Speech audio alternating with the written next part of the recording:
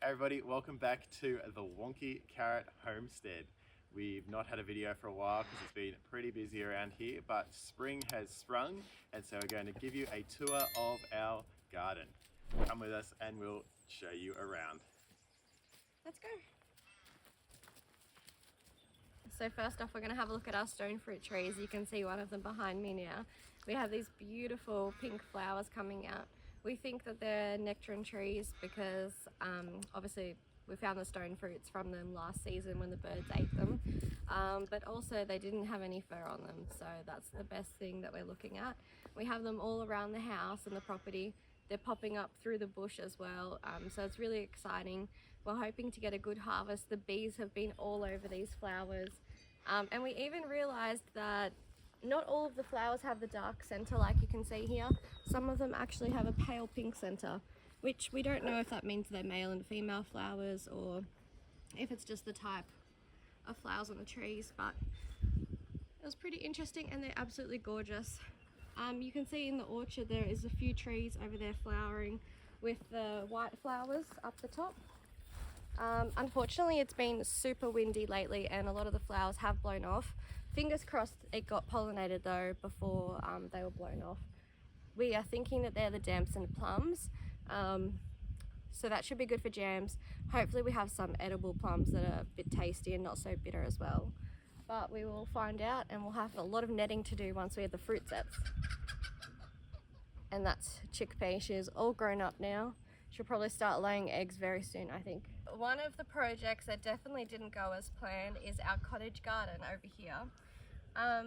We spent about $60 or $70 at our local nursery buying all this beautiful potted colour, bulbs, seeds, everything to make this garden gorgeous, and then planted it all out. We were super excited. Came out the next day and overnight the possums had come in, eaten everything down to the soil. So it hasn't gone as we planned. We lost all of the potted colour. We do have this daffodil that's popped up here, a couple more.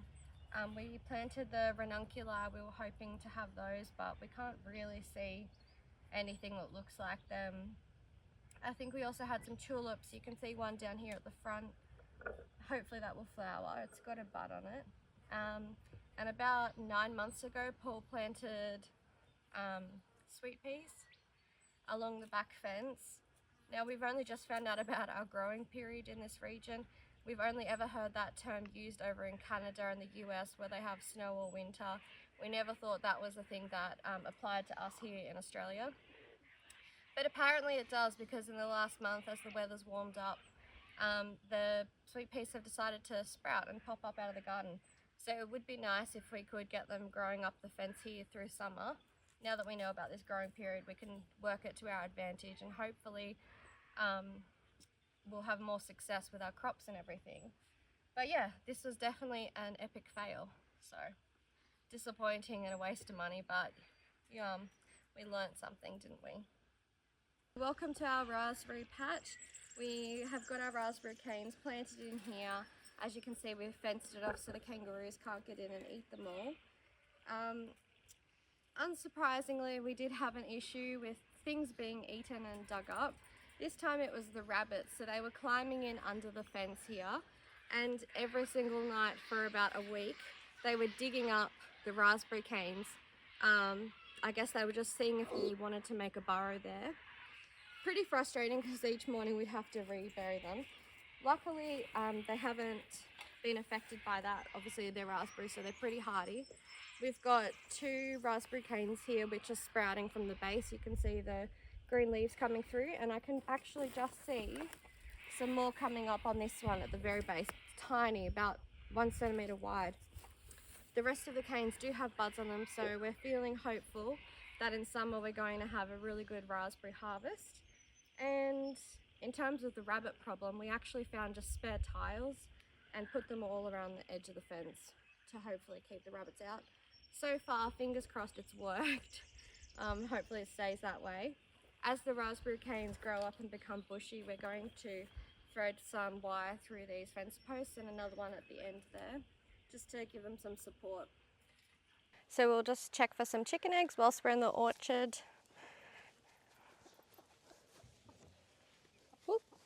There's 2 silky eggs. They're enjoying that nice straw you added. So we'll grab those.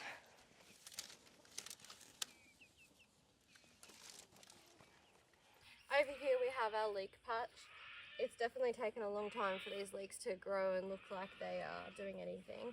Again, we planted them at the beginning of winter thinking that they'd grow through winter. They were pretty stunted, about small, really thin for most of the time. Hey.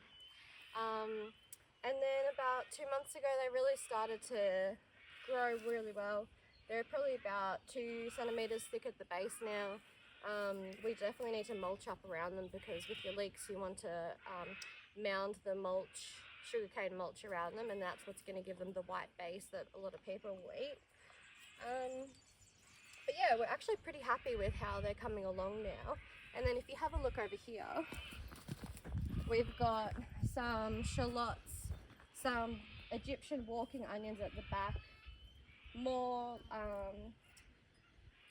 what were the little ones we got from the nursery? They're leeks. Some more leeks, which she actually recommended we plant them in a clump, which we thought was interesting. So we have done that and we'll see how that goes. In this patch here we have our red onions. As you can see, we didn't add topsoil to this bed. It was just a trial to see how the natural soil here would work. Again, a bit of a failed crop. You can see they're not really doing much. We're not going to have much of a harvest. Maybe we'll be able to pickle them, which would be nice. But that's okay, we've learnt from it, and you can see that the shallots are doing well in the extra soil we've put on top. So it looks like we're going to have to do that for most beds here. Over here we have our hazelnut tree. You can see that it's getting the buds, the tiny leaves are starting to open.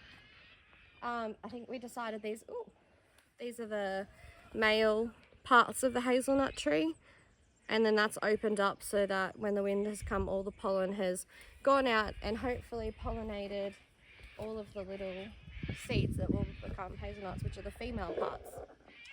We've also planted some rhubarb in amongst the garden. That's growing really well now. With our hazelnuts, one thing we didn't realise when we first moved here was that despite having 2 hazelnut trees, we'd still need a 3rd tree to actually pollinate and get a crop. So we went to the nursery, we've bought an American white hazelnut, and that's growing really well here. Our elderflower is coming on nice and bushy, getting all of its leaves ready for summer. And then this is the 3rd hazelnut tree that we have. This one's a little bit more advanced. You can see all of the leaves are opening up. But what I find really interesting is if you come closer, have a look here. You've got leaves, leaves, and then this thing in the middle. Now I don't know, but is that going to become the hazelnut, or is that just more leaves that are waiting to open? If it's not going to become the hazelnut, where are the hazelnuts going to come from? Because I can't see anywhere else. Unless they're all just going to be leaves. I don't know. If you know, can you please comment and tell us? This is our first time ever having hazelnut trees, so it's definitely a learning experience. Alrighty. This bed has definitely been one of our most successful projects. So we used topsoil to build this bed. Thank you. In it we planted a mixture of shallots, which you can see are growing really well here. This plant here is called celtis. It tastes just like lettuce. It will grow up on a stalk. Hello. Which you can see is happening in here, and then you just pick it up and you can also eat the stalk as well. We've grown our cabbage, which isn't doing too much, but that's okay, we're not too worried. And our broccoli, which in true fashion here where we live in Australia, we've never had much success growing proper broccoli. What happens is they're always stunted all through winter. They will finally start to grow. Then the summer or spring heat will come and they'll just bolt and they just want to flower. So today we're going to do a bit of a harvest of our broccoli, and then you can eat the broccoli stem as well. So we'll take that, and it'll all still taste good. I think that what it comes down to is the growing days that we were talking about before. What we're going to try and do is do what people do in Canada and America and actually plant things in summer to harvest in winter, whereas in Australia we would plant our broccoli in autumn to then hopefully harvest in winter, which clearly isn't working. Maybe that's why it's shooting so fast and we're not ever getting a proper crop. So we're hoping that if we change things around and try and plant at the end of summer, maybe we'll actually get some proper broccoli and cabbages. I'm not too concerned because I don't see why you can't still eat the cabbage leaves, because there's no difference if the leaves are loose or they're tight like a cabbage. This bit of broccoli here looks like it's had a grub or some kind of disease in that, so we'll give that one to the chickens. See what else we can get. Now, we had the celtus the other day on our sandwiches and it was really nice and it grows really well, so it literally just tastes like lettuce. So I would recommend growing this. It is a good green to have, very prolific.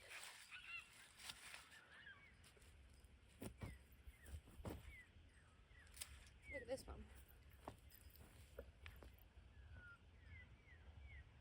That's probably the best one we've had so far.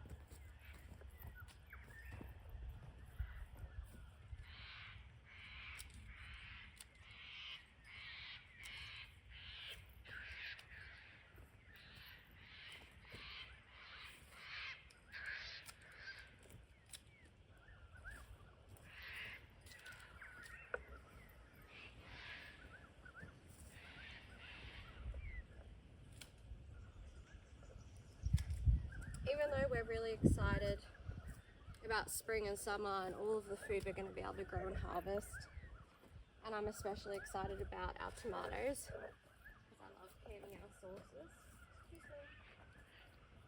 It also means that the snakes are returning. So we had our first brown snake the other day. Dora was almost bitten by it, which was a bit stressful.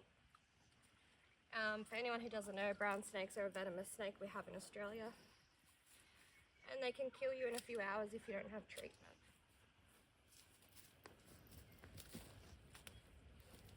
Over on this side, you can see we've got more little onions growing up all through here. This one was, I don't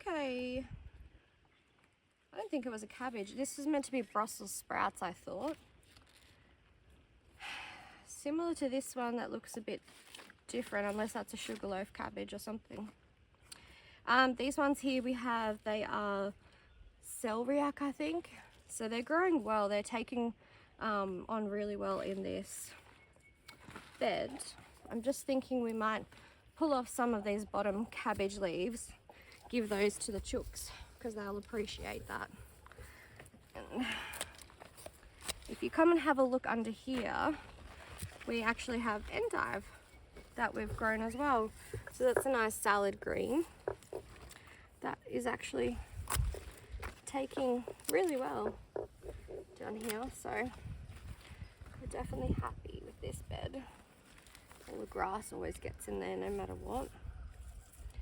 Another issue we've had throughout spring is obviously the possums. So you can see these structures Paul's done a really good job of building. We have those over every bed.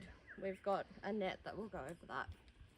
They have to be completely covered, otherwise everything would get eaten. So there's another Brussels sprout up here. I think that's probably all our broccoli for now, but I know we have some purple broccoli we can harvest in a different bed. So we'll go check that out.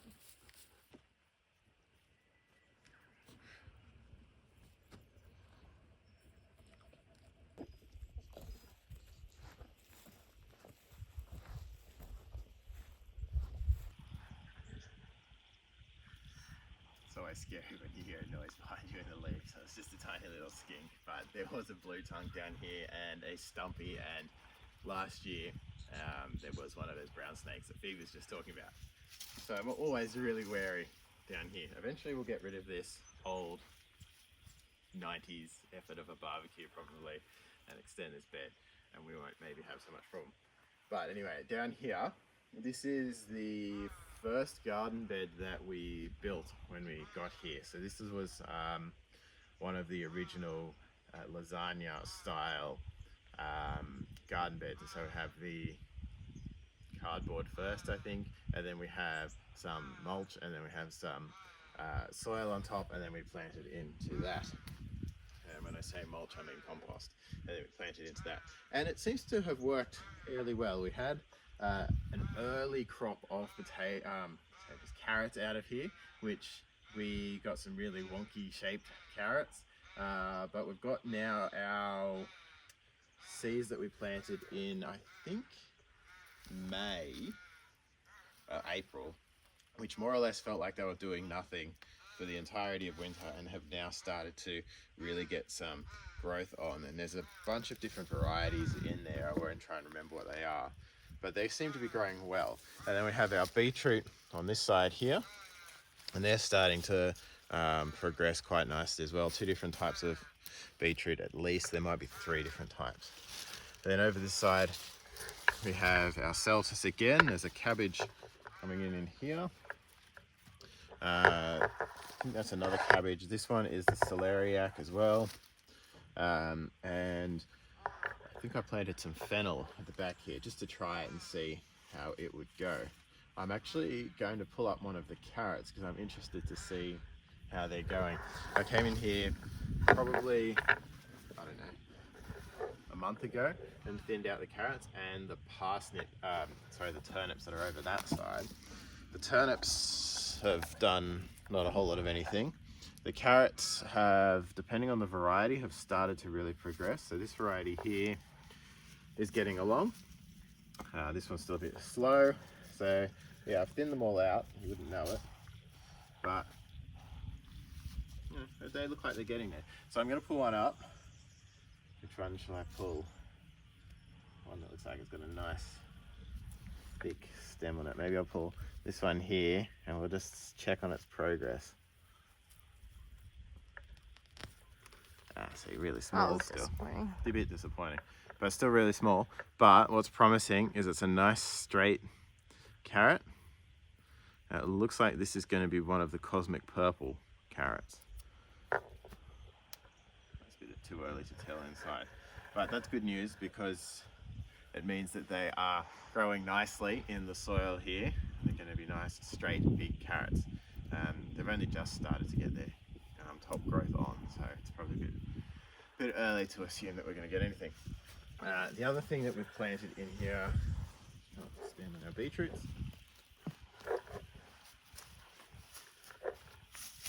The other thing that we've planted in here, or in this zone of the garden, is this English spinach.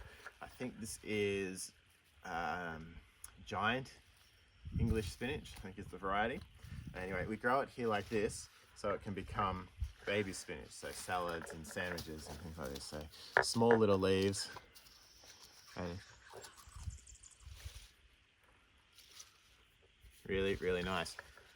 So Phoebe will come back through here later, probably harvest a lot of this to store in the freezer, and we can use it just as like additions to soups and other dishes like that. And then we can plant some more. So again, this took a little bit of a while to get going, but now the weather's warming up, it's just burst into life, and it's a really nice looking crop. Keeping the cover on it helps keep the bugs and grubs off it, so we don't need to use any sprays or anything like that. On to the next spot. Before we go to the next spot, we want to show you something that we are super excited about, and we didn't even know about until 2 weeks ago when I accidentally found it in the bed. I saw this tinge of purple, and because we've had the netting on most of the time, we can't really see what's happening underneath. And then I thought, hang on, what is that purple there? I pulled the netting off and it's purple broccoli. Apparently we've grown purple broccoli, so come and have a look at it and let's harvest it. God, it's hard to get in amongst everything.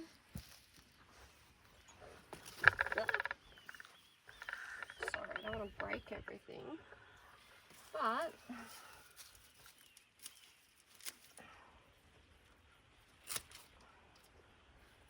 check that out. And I think that's pretty good considering we didn't even know about it. And probably one of the most successful broccolis that we've grown this year. So we're very happy about that. We're excited to try that. Add that to our basket. And over here you can see our mulberry tree is getting its nice leaves. So hopefully we'll have a good crop of mulberries this year. Now let's go have a look at our garlic patch. Now we've got our garlic patch behind us here. As you can see, we still have the netting on. We can try and take the netting off if you like. Have a little peek inside and see how everything's going.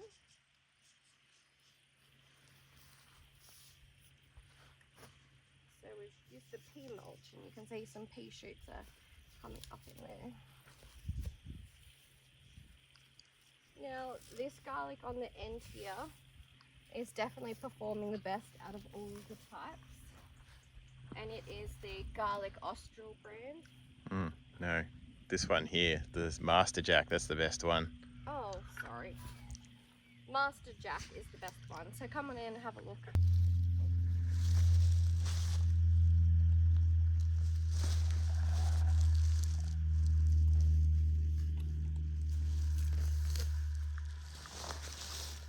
Now this garlic bed is another example of what Paul did where he layered the cardboard and then we've added the topsoil on top with the mulch. So we're definitely finding this technique of making the beds works best for us. Now we'll go have a look at our strawberry beds. Now I don't know how to feel about this. I'm not sure if I'll be happy or sad, so let's go have a look. So this whole stretch along the fence we had planted strawberry runners. I think we'll link our video to our strawberry patch video here and you can go check it out. We've got about 4 or 5 different types, 5 runners of each one, and we planted them out. We were feeling really hopeful. We had seen that in the UK you would cover them with mulch so that they don't get killed by the frost, but then they still have the time to put their roots down. And then when we went to uncover them, all we have found is just brown plants. Honestly, they look dead, which I'm really upset about because we were watering them. We thought we were doing everything right. We thought we were doing the right thing by covering them so they wouldn't get killed by the frost. And yet, just all brown, look dead. So that's pretty disappointing. I mean, I'm not going to give up hope.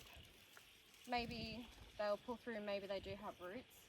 But compared to our other strawberry plants that we didn't even bother covering, which are green and have leaves and everything, this is really disappointing because we were hoping for a whole patch of strawberries.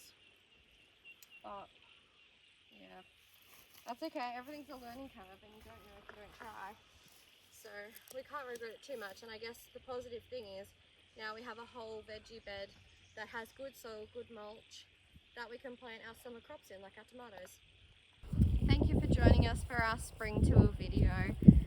We will see you next time. Don't forget to like and subscribe, hit the little bell so that you'll get a notification next time we put a video out, and stay tuned for our summer videos where we're going to be harvesting a lot of produce and doing some canning as well. So we'll see you next time.